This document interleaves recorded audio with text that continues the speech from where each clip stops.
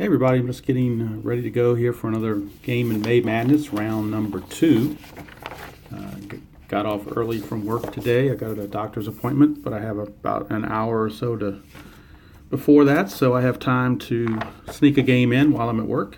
Hopefully nobody will use this little side conference room while I am playing, or need to, but we'll have to hold off and see if that's the case or not.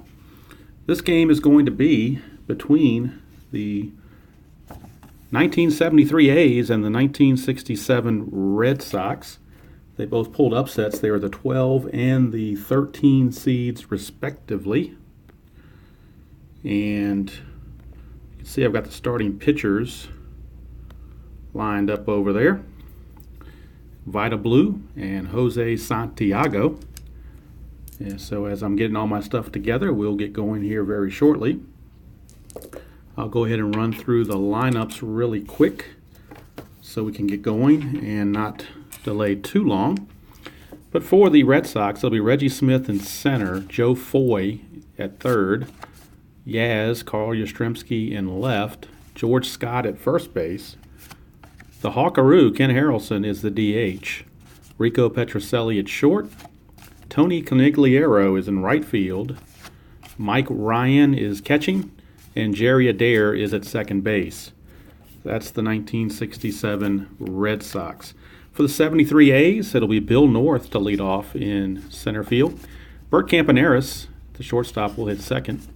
Reggie Jackson will hit third and play right field. Sal Bando, the captain, will back clean up and play third. Joe Rudi will hit fifth and be in left field. Gene Tennis will be at first base hitting sixth.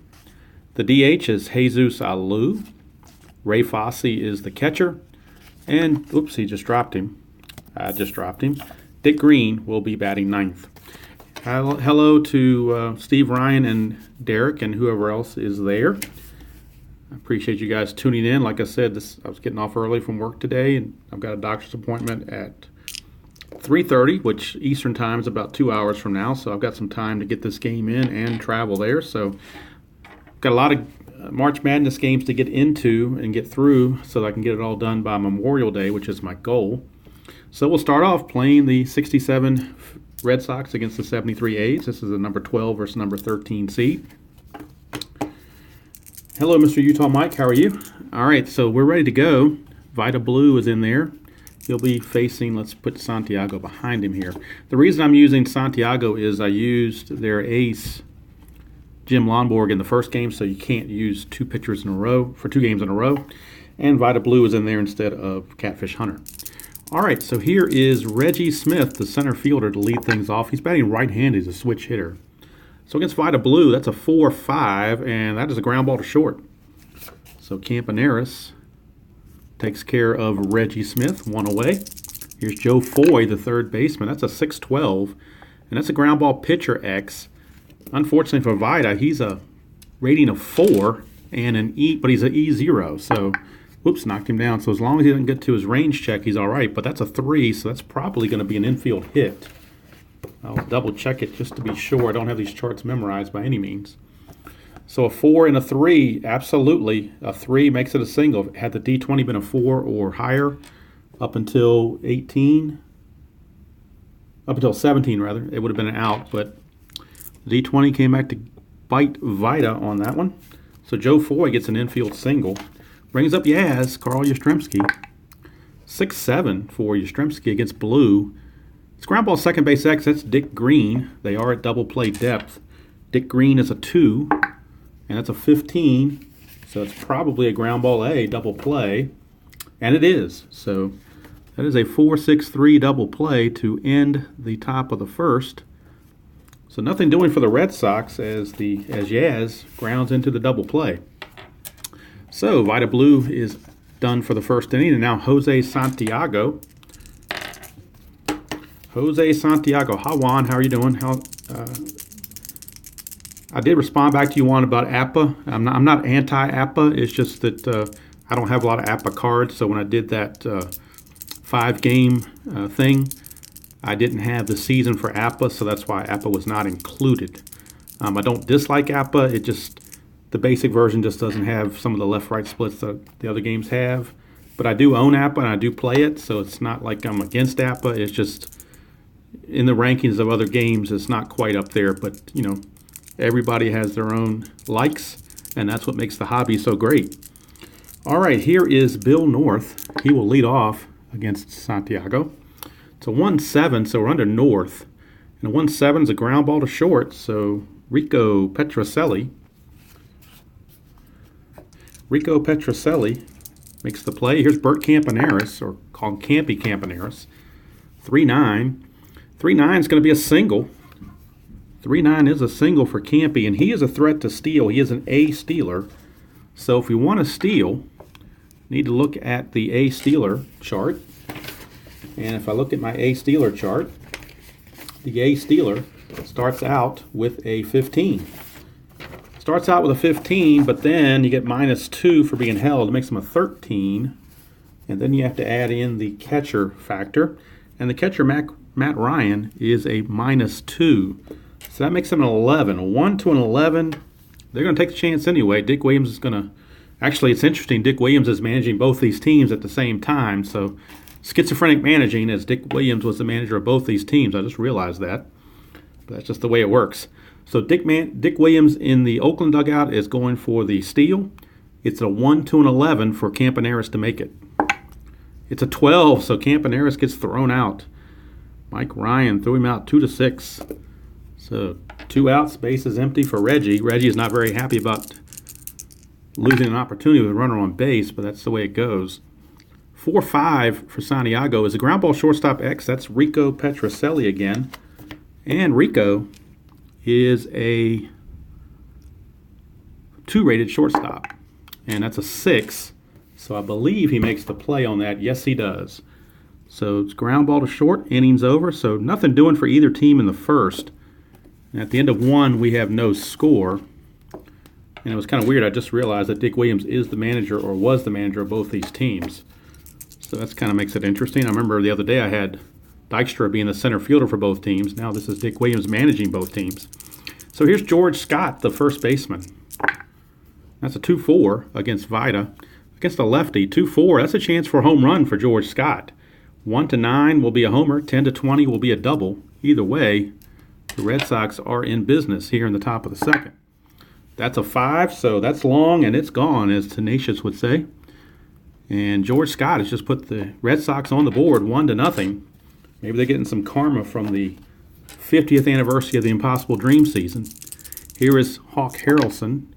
And Harrelson a 3-7. 3-7 against the lefty Vida Blue is a single. So the Hawkaroo put it on the board. Yes, he will get a single. And here's Rico Petrocelli. Petrocelli is a 2-8 against a lefty.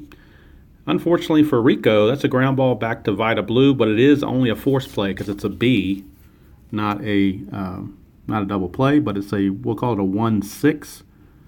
Fielder's choice. So Petrocelli's at first with 1 out for Tony Conigliaro. He was injured for the World Series, but he played in 349. He had 349 at bats, so I thought it would be wrong not to include him in this tournament. So 1-5, and he's going to do some more damage. 1 to 11 is a double. 11 to 20 is a single. It's 2 stars, so Petrocelli will not be able to score, but that's a 10, so it's right on the borderline. That's a double for Tony C. Petrocelli moves to third base. Runners at second and third with 1 out. And the bottom of the order, Mike Ryan's coming up. The A's are thinking about bringing the infield in. Decisions. Dick Williams is trying to figure out whether to bring the infield in or not. They are going to bring the infield in. It's a 5-7. 5-7, it doesn't matter. It's a strikeout for Vida Blue. And that's out number 2. And that'll bring up the number 9 hitter, Jerry Adair. Jerry Adair, second baseman. 6'8". 6'8". If he gets a 1, it's a double. Anything else, he's going to fly it out to Billy North. And it's an 8, so he flies out to North to end the inning. But the Red Sox do pick up a run, thanks to the home run by George Scott. And we go to the bottom of the second. It's 1-0 Boston. Jose Santiago back out there. We got some bad rainstorm here in Virginia during the commute. It was between about 6 and 8 this morning. Tornado warning, the whole 9 yards, but just ended up being a couple inches of rain. Not too bad. It's pretty much cleared up now. Here's Sal Bando. It's 4-11 against Santiago. It's a ground ball to first, and George Scott will take it to the bag himself. So Sal is gone. That'll bring up Tutti Frutti Joe Rudy. It's a 3-7 against the righty. 3-7 is a pop out to the shortstop Petrocelli. Petrocelli's had a lot of action on defense in this game so far. 2 down, and now the 72 World Series hero Gene Tennis stepping to the plate. 2 outs, base is empty. It's a 5-6. And that's a fly ball to left. Yaz will handle it, and the A's go quietly in the second. So after 2 complete, it is still Boston 1 and Oakland nothing. And we're back to the top of the order for the Red Sox. Reggie Smith, switch hitter batting right. It's a 4-9. And Reggie has a chance. 1-5 will be a single. 6-20 will be a line out to Dick Green. It's a 2, so Reggie Smith sneaks it by Dick Green for a base hit. Dick Green couldn't quite get it. Reggie's a B stealer, but Fosse's a -3 arms, so they're not going to take the chance. I'm going to go ahead and let Joe Foy swing away, and that's a 6-6. 6-6 is a fly ball to right. Fly ball to right field, and Reggie hauls it in, 1 away. Here's Yaz, Carl Yastrzemski. Juan, I have a bad sense of humor, so I tend to use puns quite a bit, so sometimes they hit and sometimes they don't. All right, here's Yaz. It's a 1-8 against the lefty. 1-8 is a walk, so Yaz will draw the walk. And that puts 2 on with 1 out. And George Scott, who homered his first time up, is up there with a chance for some more damage to be done. It's a 2-5 against the lefty. 2-5, and he's going to do some damage. 1-6 is a triple. 7-20 is a double. So 1-6 is a triple. It's a 10, so it's a double, but that's still going to be damage. Double will score Reggie Smith. Yaz was the trail runner. He runs at a 14. The double is assumed to go to center. North is a -2 arm, so Yaz will stop at third. So with 1 out, the Red Sox grab a 2-0 lead, and it's primarily because of George Scott. So they have runners at second, third with 1 out, and they'll bring the infield in for the Hawk Harrelson, DH. It's a 3-5 for Harrelson against the lefty. 3-5 is a pop out to short, so Campaneris will haul it in. 2 away. And that brings up Rico Petrocelli, hitting to a fielder's choice his first time up. It's a 3-10 against Vida Blue, the lefty. And he's going to single right here. There's no ballpark effect, so the single will stand. It's to center field. The single for Petrocelli will score Yaz. George Scott was not being held because he's a trail runner. He is a 14. He will get a +2 for there being 2 outs to make it a 16. Bill North is a -2, makes it a 14. So a 1-14, and George Scott will also score on this hit. It's a 19, so he got thrown out. So George Scott nailed at the plate. We'll call that just plain old 8-2 to end the inning. But the Red Sox put 2 more on the board and grab a 3-0 lead as we go to the bottom of the third. So Jose Santiago joined this run support here. We'll bring up Jesus Alou in the morning, although it's the afternoon right now. 2-4. 2-4 is a ground ball to third. Ground ball to third. Handled by Joe Foy, 1 away. Here's Ray Fosse, and that's a 6-5 against Santiago, and he's going to strike out. So Santiago puts the K on Mr. Fosse. And then I'll bring up Dick Green, second baseman. 5-7. 5-7. A 1-17 is going to be a single. If it's anything else, then Joe Foy will nab it. It's a 14, so it does get by Foy for a 2-out single. Dick Green's not going anywhere, though. He's an E stealer, so he's not. There's no danger of him going anywhere. So back to the top of the order, and Bill North. That's a 4-4. That's a ground ball to short with an X. So we're checking Petrocelli again, who's a 2-rated shortstop. And that's a 2, so that might get by, and it does. A 2-rated shortstop and a 2 is a single with 1 star. So Bill North sneaks it by Petrocelli. Puts 2 on with 2 outs for Bert Campaneris. He singled his first time up. It's a 4-10 against the righty, and that's a strikeout for Santiago. So Santiago has kept the A's at bay through 3 innings. It looked like a pitching mismatch to begin with, but the dice had other ideas. So it's 3-0 after 3. And that'll bring up Tony C., who doubled his first time up. It's a 1-3 against the lefty Vida Blue. 1-3 is a fly to left. If we were doing ballpark effects, that would have a chance for a home run, but it's only advanced, not super advanced. So fly out to left. Rudy hauls it in. Here's Mike Ryan, the catcher, and that's a 5-6. 5-6 against a righty is a strikeout for Vida Blue. So Ryan has struck out both times. He's been the only strikeout victims for Blue, but Blue's gotten him twice. Here's Jerry Adair. It's a 1-10 against Vida. Against the lefty, 1-10 is a foul out to third. Sal Bando will haul it in. And a 1-2-3 inning for the Red Sox comes to a close. We go to the bottom of the 4th. Still a 3-0 Boston lead. Hi, Jim. How you doing? Going to bring up Reggie, Mr. October, even though it's May Madness. I don't think he feels obligated to do anything since it's not October. 1-7. He will walk, though, to start the 4th. So maybe he can start something here with Sal Bando and Joe Rudy to follow. That's a 2-3. 2-3. However, Sal Bando is going to ground into the 5-4-3 double play around the horn. And any thoughts of a rally this inning just went away. Quickly, 2 outs, bases empty for Mr. Rudy.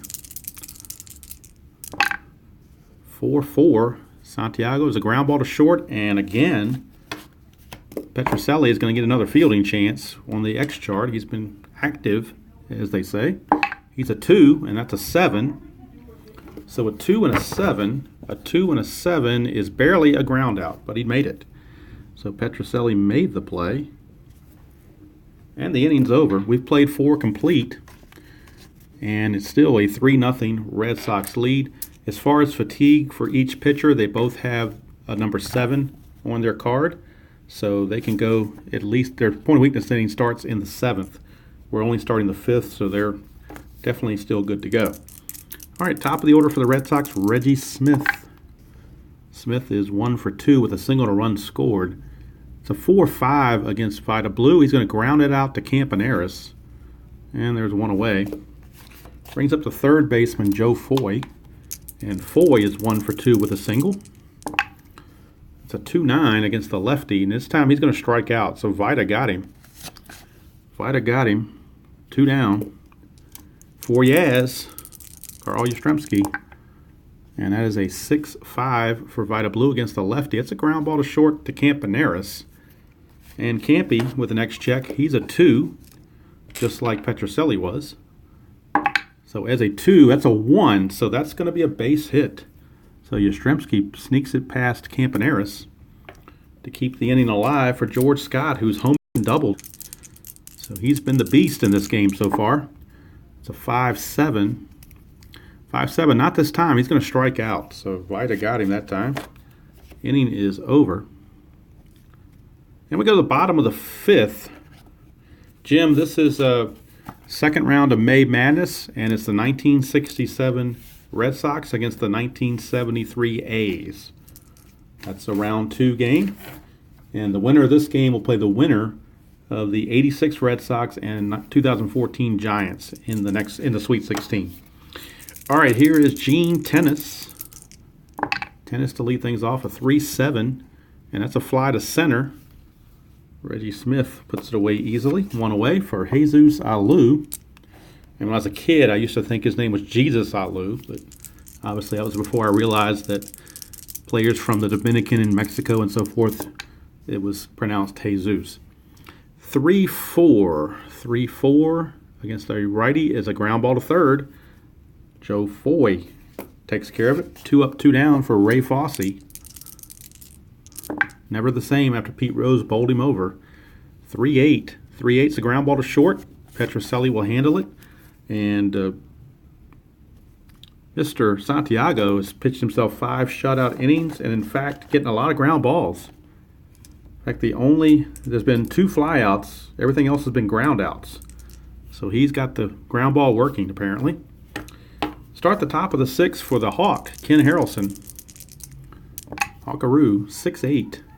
6-8 for Vida Blue. A 1's a double. Anything else will be a fly out to Bill North in center. And that's a 2, so North barely got it. Must have been a snow cone job. But he made the play. And that brings up Rico Petrocelli. That's a 5-4. Catcher X. Catcher X, so that's going to be Ray Fosse, and he is a number 2 rated catcher. 17. A 2 rated catcher and a 17 is probably a pass ball and a foul out. 2 and a 17 is a pass ball and a foul out, but nobody's on base, so it's simply a foul out for out number 2. And that brings up Tony Canigliaro. That's a 2-9. 2-9 against the lefty. It's a strikeout, so Vida Blue settling down since that early trouble. Takes care of the Red Sox here in the 6th. Go to the bottom of the 6th, still 3-0 Red Sox, as Jose Santiago is hanging on. And it'll be the bottom of the order, Dick Green. To start things off, it's a 5-11. That's a single for Dick Green. So he will lead. He's actually 2 for 2. He's one of the few Oakland A's doing anything. 2 for 2 with 2 singles. So top of the order, and Bill North, switch hitter batting left. It's a 2-5. And he will walk. He will walk against Santiago. So now the Red Sox bullpen may want to get busy because Santiago may be starting that 3rd time around. Maybe the A's might start trying to figure him out. Here's Campaneris.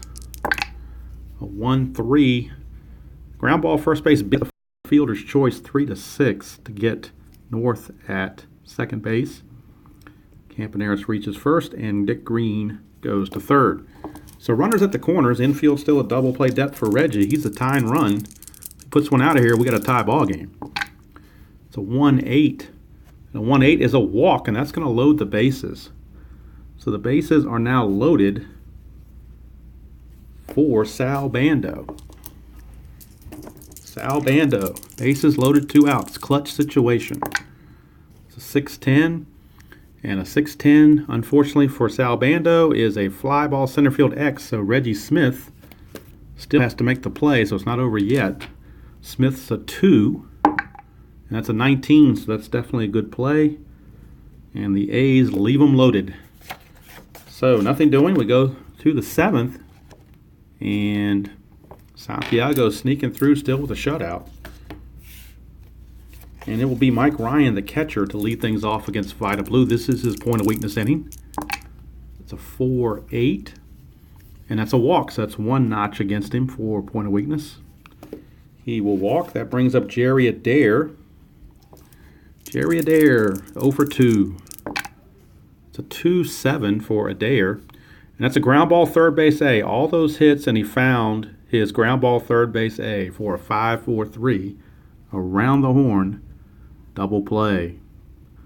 Big double play there for Vida Blue to prevent further damage. Brings up Reggie Smith, and that's a 3-3 for Reggie against a lefty. 3-3 is a ground ball to third, so once again, Sal Bando fields it, tosses over to Tennis, and the inning is over. So 7th inning stretch time, no singing, of course, particularly since I'm in the office and people might hear that and think something's going on here. So we're just going to keep riding along. Unless anybody has any comments, I'm just going to keep rolling along here. We will say that the Red Sox do have their bullpen going. So let's look at their bullpen and see who the options are. John Wyatt's the closer, but they may need one more guy to get them to bridge the gap. So we're looking at trying to find a lefty that's a decent relief pitcher, and I don't know they had that many. Don't really see any. Well, Sparky Lyle, I guess. So Sparky Lyle, before he became famous with the Yankees, Sparky Lyle is now loosening in the Red Sox bullpen. And for the Oakland A's, Raleigh Fingers is loosening in their bullpen as well. So, Joe Rudy, to start things off, he's 0 for 2. 6-6. 6-6 is a strikeout. It's a dot there, but he has not reached his point of weakness, so the strikeout stands. Here's Gene Tennis. 111 for Tennis against a righty. And he just missed a chance for a home run. It's going to end up being a fly to right. And handled out there by Tony C. for out number 2. And now Jesus Alou. 5-7. He's got a chance for a single. 1-17 will do that. 18-20, and Foy will get it. 16, so it will be a base hit for Alou. And now that brings up Ray Fosse, but we might get a pinch hitter. Let's see here. Check the A's bench because we're getting late in the game and we could be using a pinch hitter. They could move Tennis to the catching position. But do they have anything on their bench worthwhile pinch hitting? Their bench looks kind of, well, not all that great. But what they will use, they're going to go ahead and use Darren Johnson. So Darren Johnson's going to pinch hit for Ray Fosse. They'll give up something defensively at catcher just to try to get a little offense in the game. And then what will happen is Darren Johnson will slide into first to play first base, and Gene Tennis will move over to catch. So we'll take care of all those details in the bottom of the inning. But right now, Darren Johnson, who DH'd quite a bit before Jesus Alou got there, so he will be pinch hitting with 2 outs and a runner at first, trying to keep it going against Jose Santiago. It's a 5-4. 5-4 is a ground ball third base X. That's Joe Foy. And Joe Foy has a rating of 3. And that's a 6, so that might sneak through. Let's take a look here. Third baseman. A 3-rated third baseman. And a 6. Actually, it's going to go to his error check. And Foy, as an error check, is an E37, so that's obviously not too good. That's an 8. And an E37 and an 8 is a 1-base error. So Joe Foy boots it. E5, and that puts 2 on with 2 outs. And you would normally pinch hit for number 9 hitter Dick Green, but he's 2 for 2, so might as well stick with a hot hand. Here's Dick Green. That's a 2-8. 2-8 for Dick Green. This time he strikes out, so the hand was not quite as hot that time. And the inning is over. And Santiago, 7 shutout innings for Santiago. So now we need to take care of some logistics here where Darren Johnson is going to take over at first base. He's a 3 with an 8 rating, 3 range, 8 error rating.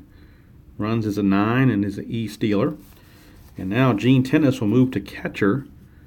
And he is a 2-rated catcher with he's a 4-rated catcher. An E2 and a 0 arm. And his T rating is 1-5. In case that comes up. All right, so those have been taken care of. Now, the A's going to their bullpen, and no time like the present to try to keep things where they are. It's not a save situation, but they're trying to save the 3-0 score from getting worse. So Raleigh Fingers is in. If it was a regular season, of course, we wouldn't be doing this. But being it's a one-and-done tournament, might as well not use him. Might as well not leave him on the bench. So Raleigh Fingers in to start the top of the 8th against Joe Foy. Joe Foy is 6'10", and against Fingers, that's a ground ball shortstop X. And Campy Campaneris is a 2. That's a 10, so that's an error check on Campaneris. Campaneris is an E26, and that's a 10. So an E26 and a 10 is actually going to be a ground ball A. So Campy able to make the play. Took a bad hop, took care of it. And we go to Yaz. Mr. Impossible Dream himself, 2-8. 2-8. He's going to ground out to the new first baseman, Darren Johnson, for out number 2. And it brings up George Scott, who's had a great day. He's homered, doubled, and struck out, so he's 2 for 3, but responsible for a lot of the damage. 6-4 against Fingers is a fly to center, and Bill North has to go field it. North is a 2-rated center fielder, and that's an 18, so that's a good play. And down go the Red Sox here in the top of the 8th. We go to the bottom of the 8th. They're going to keep Santiago in there. He's only given up 1 hit since the point of weakness. He's pitching a shutout. This will be the 4th time around the track for Oakland to see him, but he's on a short leash because you've got Sparky Lyle waiting in the wings, and they'll probably bring him in to face Reggie Jackson. But there's a switch hitter and a right-hand hitter coming up, so they're going to stick with Santiago. It's a 1-6 for Bill North. And that's a single, so that'll be the 2nd notch on his point of weakness. And Campaneris is most likely going to be the last batter Santiago will face. See what Campy does. 5-7. He's got a 1-17 for a single. They found that 5-7 a lot on Santiago lately, and that's a 1-17 for a base hit. It's only 1 star, though. It's an 11, so it's a base hit. So that's going to do it for Santiago.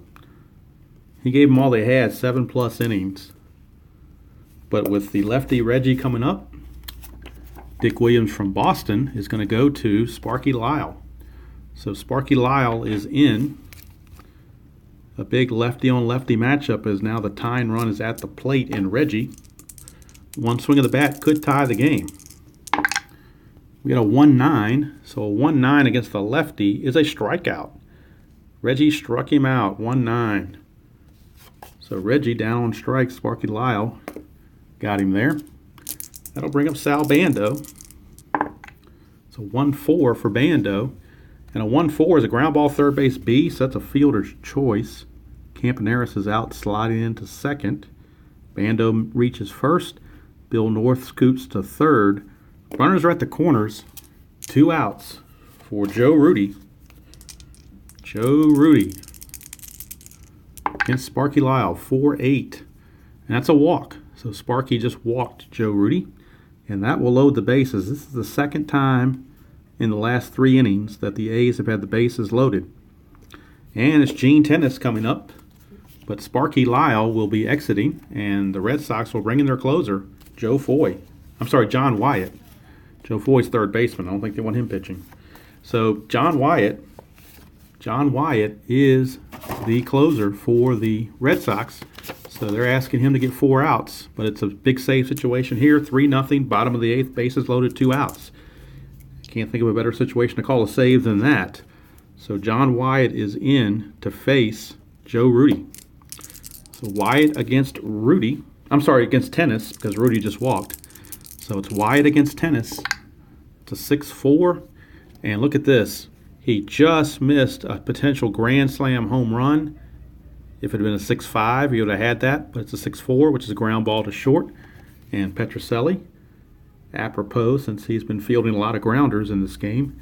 And the A's have left the bases loaded again. That's going to be their undoing, is leaving the bases loaded like that. So Raleigh Finger is back in to pitch the top of the 9th to try to keep it closer, or as close as they can. And the Hawk, Ken Harrelson, will step to the plate. It's a 4-5 against Fingers, and Fingers just got rolled here. 4-5, 1-18 is a double. 19-20 is a single. And it's a 4, so it's a double for the Hawk. So Hawk Harrelson doubles, and the Red Sox will go to a pinch runner for Hawk Harrelson, who doesn't run all that well.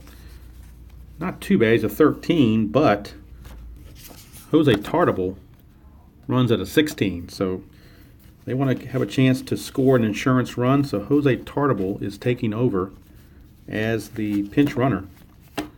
He takes over as the pinch runner for Hawk Harrelson. Jose Tartable. Not looking to steal, just looking to score on base hits. So here's Rico. Rico Petrocelli. Nobody else in the A's bullpen. It's Raleigh Fingers or bust.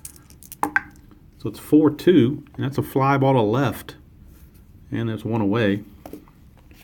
Brings up Tony C, Tony Canigliaro. And that's a 4-4 against Fingers. That's a catcher X. Now the new catcher is Gene Tennis. It was Ray Fosse, now it's Gene Tennis. And Tennis is a 4. Fosse was a 2, but Tennis is a 4. And that's a 2. That could even be a base hit. We'll wait and see here. Not sure how they're going to play this. 4 and a 2 is a pass ball and a pop out. So it's pass ball, and that will put Tartable at third base as Canigliaro follows with a pop out for out number 2. But Canigliaro did at least stay there long enough for a pass ball to allow Tartable to get to third. So now Mike Ryan with 2 outs and a runner at third. That's a 3-4 for Ryan against the righty, and that's a base hit to center field. So that's going to score Tartable, the pinch runner. And the Red Sox pick up another run to take a 4-0 lead. Not that they needed more runs, but they got it anyway. And here's Jerry Adair. It's a 4-5 against... Ooh, and Fingers is really getting into trouble here. 4-5, a 1-18 is a double. 19-20 is a single. It's 2 stars, so the runner cannot score. It's a 3, it's a double for Adair. Ryan will stop at third.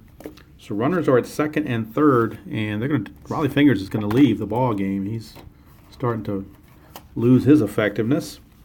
So with the lefty, or actually the switch hitter, Reggie Smith up there, and actually they're going to intentionally walk Reggie Smith to load the bases for Joe Foy.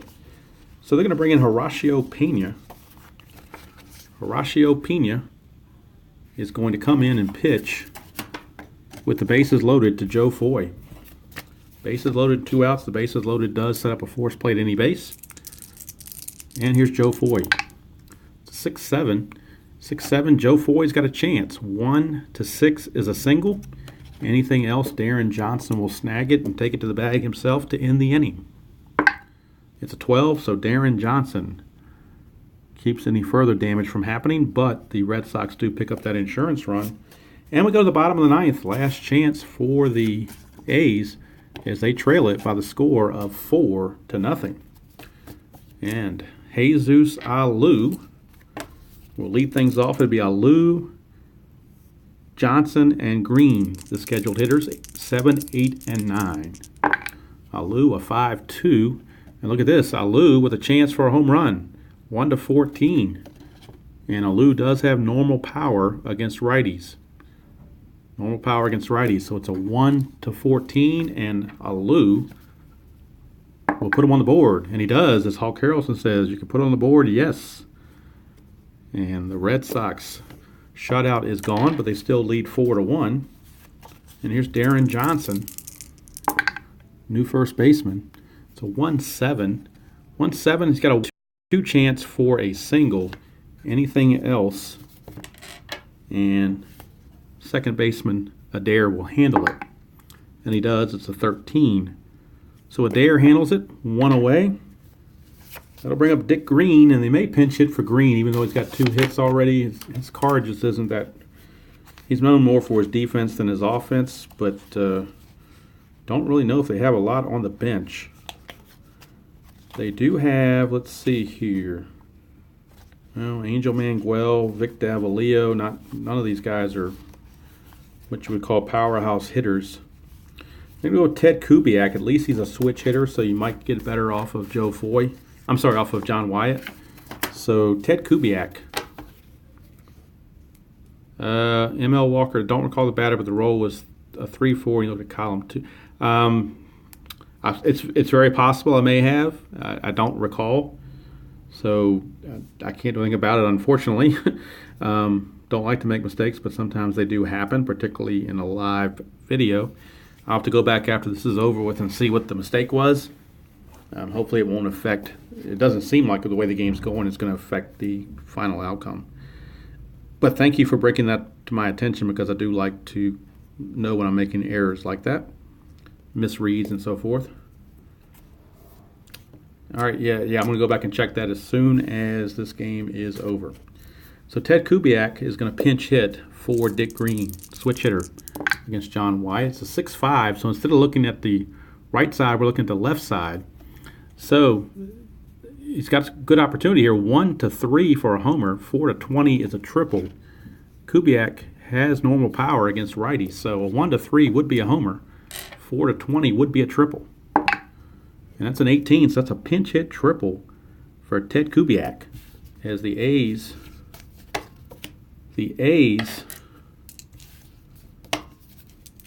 are trying to make a comeback here. Here's Bill North.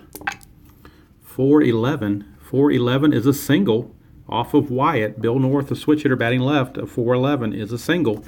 And that will score Kubiak. It's now a 4-2 ball game. And the Red Sox looking a little edgy here as John Wyatt is struggling, their closer. They'll bring up Campaneris with 1 out and a runner at first. 5-7 for Campy against Wyatt. 1's a triple, anything else is a fly ball to Reggie Smith. And that's a 9, so it's a fly to Reggie. And there's 2 away. So it's up to another Reggie Jackson. He again is the tying run. And despite my error in reading the dice, hopefully that won't cost them the game. But actually for the A's, they left the bases loaded twice in 3 innings. So if they lose, they can look back on that. But it's all down to this, Reggie Jackson against John Wyatt. It's a 3-4 for Reggie, and he's going to hit a fly ball to right, and the ball game is over. So the A's managed to come up with 2 runs in the 9th, but it wasn't enough. And the 67 impossible dream Red Sox keep it going with a 4-2 victory. And I will go back and look later on after this post and see what the result should have been. Obviously, I don't like making errors like that, but sometimes you just can't help it. It just happens. So the Red Sox will advance in the tournament. They go to the Sweet 16, and they await the winner of the 2014 Giants. The 2014 Giants will be playing the 86 Red Sox. So if the 86 Red Sox win, then we could have a Red Sox versus Red Sox Sweet 16 game. Don't know if Adam Jones will be invited to that game or not. He may go sit in the Kurt Schilling box at Fenway, maybe. It's a sad situation how things like that happen, but it's modern society and anything's liable to happen. So I don't want to get off on that tangent. But so anyway, with the Red Sox winning, that means that their ace pitcher, Jim Lonborg, will be eligible to pitch in that next round. And if the Red Sox of 86 win their game, that means that Roger Clemens will be able to pitch in his game. So, and if the Giants win, that means Madison Bumgarner will come back to pitch in their game. So either way, you're going to have aces going in the Sweet 16 for whoever advances. I'm glad you all enjoyed that. Like I said, I'm sorry about making that error. Don't like to do those, but I definitely like you guys to point them out when they do so that I can, stay on top of it. I kind of don't mind it as much if it's a dice reading error as it is a logic error where I just totally misread a chart or, go something against the rules or whatnot. But if it's a misread of a dice, sometimes that can't be avoided. It just happens. Most times when I watch other videos, it seems to happen almost, once every other game or so. So it's unfortunate, but it does happen. But no protest by the A's in this one. They fell short by 2 runs, so we're going to call it official and leave it at that. So I'm glad you all enjoyed that. Thank you for joining me and spending part of your Friday afternoon, Cinco de Mayo, with me. And that's another game in May Madness. And thank you, Dr. Weedy, for joining. I like your little icon there. I can't really see it all that well on my phone. It almost looks like Bart Simpson, but I don't think that's it. But yeah, thank you for joining me. I'm also, like I said in other video, I'm going to be leaning a lot on History Maker Baseball coming up in the future. I want to get my 87 Atlanta Braves season re-going again, plus the fictional set going again.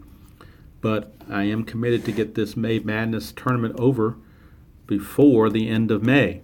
So I may play a lot of these games offline, but when I see certain games that look like interesting matchups, I go ahead and decide to do a video on it. And hopefully you all enjoyed viewing that. And I got it in early, so that frees things up later on for one of the Earls to do their games, whether it be Tenacious Earl with his Tenacious League 2.0, or whether it be Tabletop Earl with either APA League of Dominance, or sometimes I think he's still doing the Sandy Koufax thing as well. So it's about 2:20 here on the East. Jim, yes, I'm sorry. Jim, yes, I did. If I can clear my throat long enough to talk. I was going to do the Grateful Eight. I got it started, but now that Earl is coming back with another Tenacious, it just seemed almost too similar. So I decided to put that on the back burner. I may bring that back with a different season. I'm strongly thinking about doing that for the 77 season, picking 8 teams, maybe 4 from each league, and doing something like that.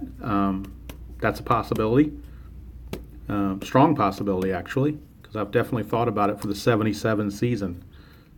Or the other thing I thought about doing was for the 67 season, because there's 8 teams in the American League in 1967, and that was such a great pennant race that maybe doing something along those lines might be all right. But where in the East are you? I am in Virginia, rainy Virginia, and it's, like I said, it's about 2:20. I do have a doctor's appointment at 3:30, but it takes about a half hour to get there, so I've still got plenty of time. So that's why I was able to sneak this game in. And I'm an A's fan, but unfortunately, the A's did not do it. But I also like the Red Sox of '67. I like both those teams. So, I really had no dog in the fight. And it doesn't matter to me when I'm playing these things. I don't really care who wins. It's you're playing dice. So,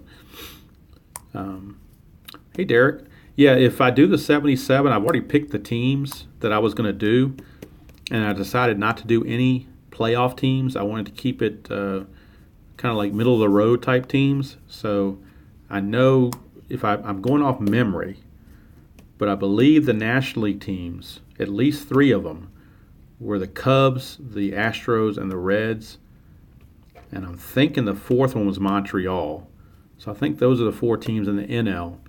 And in the AL was the White Sox, the Red Sox, the Orioles, and I think the 4th one was the Twins, just because of Rod Carew, and he hit 388 that year, and I thought it'd be a good thing to play that out. So if I do the Grateful Eight in the 1977 season, those would be the teams that I would pick. Like I said, I didn't want to pick the Phillies, the Royals, the Dodgers, or the Yankees. I wanted to stay away from them, but every other team was fair game. But I didn't want to do such really, really bad teams like the Blue Jays or something, because I want to at least keep some modicum of interest there. But I'll certainly let you guys know if and when that kicks in. That's a down-the-road project, because I don't want to get strung out on too many projects, or I'll never finish the ones I'm on. So my immediate goal right now is to finish the May Madness tournament. Oh, no, Emma Walker, no, I'm not in Atlanta. I'm in Virginia, but I'm in Richmond, and we used to be the AAA team for the Atlanta Braves for many, many years before they left and went to Gwinnett County due to stadium issues where the city wouldn't build them a stadium. They still haven't built the Flying Squirrels Stadium either, so they may leave too. Who knows? But the reason I picked that team in that year is I remember watching them on the Superstation a lot and seeing some of the players come through. And even though the 87 Braves weren't all that great, I thought they were fairly entertaining. So for my History Maker replay, I wanted to pick a season and play it through to test the game engine to see how accurate the game engine was. So I'm through 61 games of that season, and I've got videos out there on that, on those History Maker games. But I'm definitely want to pick that back up and get that rebooted to keep it going again. I started it last year and I kind of took a break from it, but I want to get back to it. And also possibly a fictional set with History Maker. So I do appreciate you guys tuning in and watching. There's some new names that I'm not always that familiar with. You've got some regulars that have been watching for quite a while, but Jim and ML Walker, I definitely appreciate you guys. I think it's the first time I've seen you guys in there for a while. And anybody else that I missed, I'm sorry. I think Derek was in here, and Mr. Utah Mike, and some others. I'm sure I'm missing all the names. I can't remember everybody. But I do appreciate you guys tuning in and watching. And I might have something coming up this afternoon. I don't know. Not this afternoon, this weekend. What am I talking about? We'll wait and see what comes out of that. Depends on my schedule and so forth. I'm having to play a lot of games at work because we're remodeling at home, and my usual place to play has been kind of confiscated. So it's kind of chaos there. So if I'm going to play online, I find it easier just to take a conference room at work where nobody's using it, sneak in there and play a game real quick on either a lunch hour or, in this case, after work, since I'm leaving early.